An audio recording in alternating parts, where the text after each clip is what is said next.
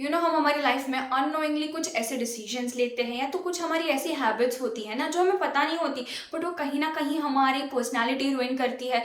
दूसरों के लोगों के सामने हम उतने स्मार्ट नहीं दिखते, उतने कॉन्फिडेंट नहीं दिखते।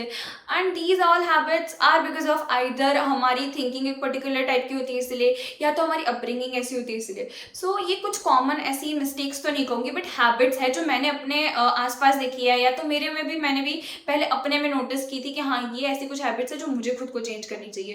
And these are some 7 habits, unhealthy habits that one should quit और stop doing if they want to look more confident, smarter and a better person. So what's this video till end and pen paper लेके बैठ जाओ और note करो कि कौन सी ऐसी habits है जो तुम्हारे में है और तुम्हें क्विट करनी चाहिए। So let's get started.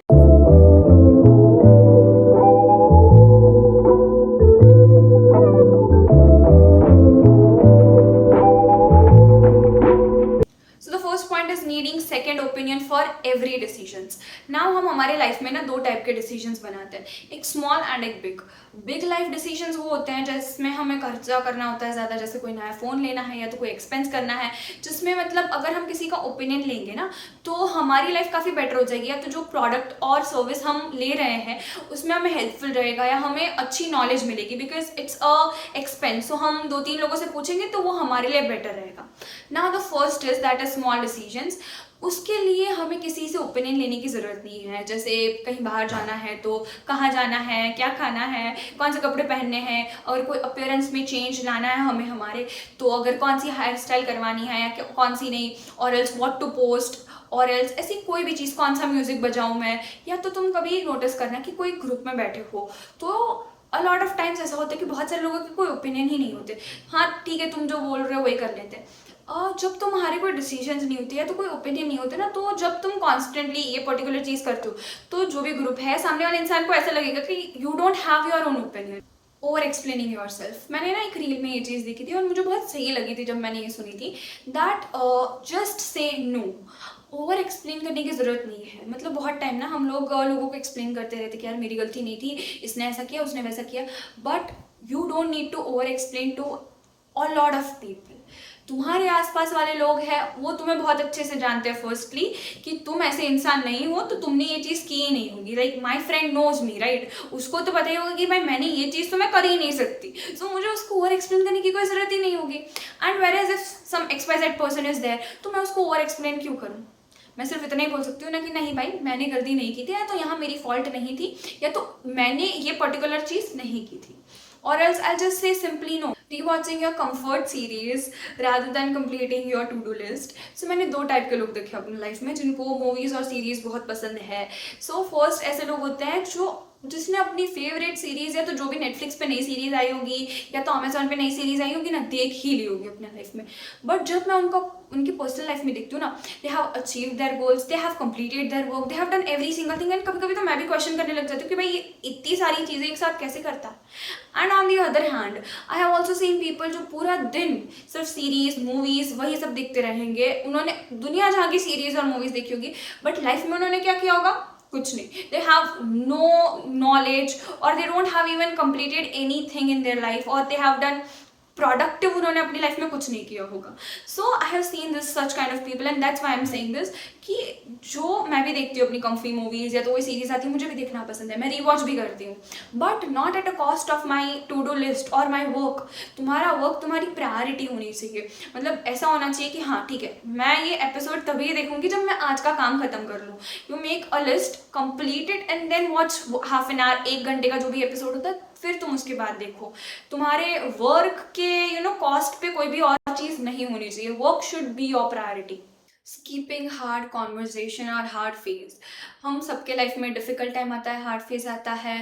कभी कभी हमें उस कॉन्वर्जेशंस में we have to be a part of it, और else we have to go through that hard difficult life का फेज से हमें गुजरना पड़ता है। उससे भागो मत। Genuinely it's a personal suggestion I would से।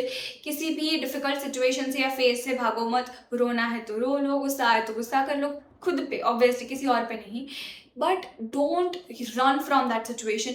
ये जितनी भी डिफिकल्ट हार्ड फेज है ना तुम्हारे लाइफ के, वही तुम्हें एक स्ट्रॉन्ग पर्सन बनाएंगे। जो डिफिकल्ट कॉन्वर्जेशन होती है ना वही तुम्हें, और कॉन्वर्जेशन किसी और के साथ नहीं खुद के साथ भी हो सकती है। मतलब तुम्हारे दो अलग पॉइंट ऑफ व्यू है, परसेप्शन है, उसका ही तुम मतलब दिमाग तुम्हारा उसमें ही फंस सकता है। Don't run from such all stuff. यही चीज़ तुम्हें आगे जाके स्ट्रॉन्ग पर्सन बनाती है। तुम्हें लाइफ में यही सिचुएशन है ना, तुम अपने लाइफ में बहुत सारी चीज़ें सीखोगे, तुम मेच्योर बनोगे। एंड ट्रस्ट मी, ऐसी जब सिचुएशंस आती है ना, तो वो थोड़े टाइम के लिए होती है। Over customising your to do list, मतलब बहुत सारे लोग ऐसा करते थे, पहले मैं भी किया करती थी कि ऐसी 15-20 चीज़ें, लाइक 10-15 चीज़ें लिख दूंगी टू डू लिस्ट पे कि मुझे ये करना है आज के दिन में, बट उसमें से सिर्फ 40% होती थी। बट वो भी ऐसा नहीं होता था कि भाई जो इंपॉर्टेंट या प्रायोरिटी वाली चीज़ है ना वही की मैंने, मतलब जो भी वो 15 में से लिखी होती थी उसमें से कुछ 40% हो जाती थी। एंड इसका प्रॉब्लम ये होता है कि जो चीज़ हमारी प्रायोरिटी है ना वो उसमें नहीं होती। तो हम इसके लिए क्या कर सकते हैं, हम 2 लिस्ट बना सकते हैं। First is priority list and other is work list. Priority list में हमें 5, 3 या 4 जितनी भी तुम्हें रखनी है तुम लिखो, ऐसी लिस्ट रख दो जहाँ पे ये चीज़ आज के डेट में होनी ही चाहिए, वो तुम्हारी प्रायोरिटी है। एंड वर्क लिस्ट इज की जो सेकेंडरी है, मतलब वो इंपॉर्टेंट है, ज़रूरी है, बट उतनी नहीं जितने ये फर्स्ट 4 पॉइंट है। सो जब तुम ऐसे एक लिस्ट बना के रखोगे ना, तो तुम्हें पता चलेगा कि हाँ भाई पहले मुझे ये करना है फिर वो करना है। And focus on completing that one priority list. ऐसे मतलब अपने दिमाग को स्ट्रेन मत दो कि भाई मुझे आज ये सब खत्म ही करना है। कोई भी काम करो बट बहुत अच्छे से करो। जो भी काम करो ना, क्वालिटी काम करो, क्वांटिटी पे उतना फोकस मत करो। जो भी काम कर रहे हो ना वो अच्छा होना चाहिए, वो परफेक्ट होना चाहिए, जो तुम्हारे दिमाग में जैसा तुमने प्लान किया है वैसा होना चाहिए। Thinking everything has to feel aligned, मतलब तुम अगर वेट कर रहे हो परफेक्ट टाइम का, राइट टाइम का, या तो ये सोच रहे हो कि यार अभी के टाइम पे तो मैं बिजी चल रहा हूँ, तो आगे नेक्स्ट वीक में हम ये पर्टिकुलर चीज़ इनकॉर्पोरेट कर लेंगे या तो ये हैबिट कर लेंगे, ऐसा बिल्कुल नहीं होने वाला। तुम्हारी लाइफ है, तुम भी जानते हो मैं भी जानती हूँ, तुमने पहले भी ये चीज़ सोची होगी कि अरे ये बाद में कर लेंगे, वो नहीं आएगा। ये बाद का टाइम नहीं आता है और ये एक फैक्ट है। मैंने भी मतलब मुझे भी पता है, तुम्हें भी पता है ये चीज़ यार कि बाद वाला टाइम कभी नहीं आता। तो जो भी लाइफ तुम्हारी अभी बिजी चल रही है आगे और बिजी हो जाएगी, या तो आगे कोई और काम आ जाएगा, तो ऐसे कुछ हो जाएगा कि भाई तुम वो कर ही नहीं पाओगे, तुम पैक हो जाओगे कोई ना कोई चीज़ की वजह से, तो तुम्हारा शेड्यूल पैक हो जाएगा, तुम पैक हो जाएगी, क्या होता है सॉरी, तो ये चीज़ होगी। तो फिर तुम क्यों वेट कर रहे हो राइट टाइम का, अभी चालू करो ना। और ऐसा ज़रूरी नहीं है कि भाई तुम्हें आधा 1-1 घंटा देना है कोई भी चीज़ करने के लिए। Just give 5 minutes, just give 5 minutes to yourself and you're good.